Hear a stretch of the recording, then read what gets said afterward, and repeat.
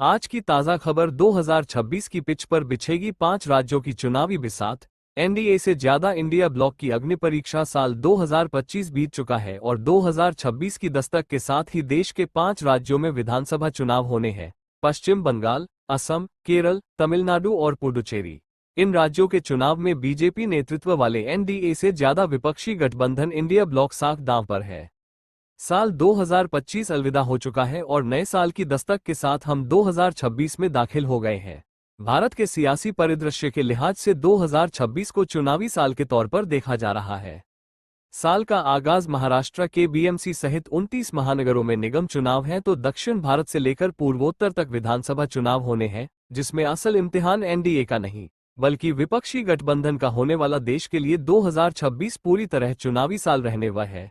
पूर्वी भारत के पश्चिम बंगाल, असम के साथ दक्षिण भारत के पुदुचेरी, तमिलनाडु और केरल में विधानसभा चुनाव होने वाले हैं। इसके अलावा 75 राज्यसभा सीटों पर अप्रैल से लेकर नवंबर 2026 तक होने हैं तो उत्तर प्रदेश में पंचायत चुनाव है, जिसे 2027 का सेमीफाइनल माना जा रहा है। माना जा रहा है कि 2026 के चुनावी नतीजे और राजनीतिक गतिविधियों से सिर्फ सूबे की सियासी बिसात ही नहीं बिछेगी बल्कि देश दशा और दिशा भी तय हो जाएगी।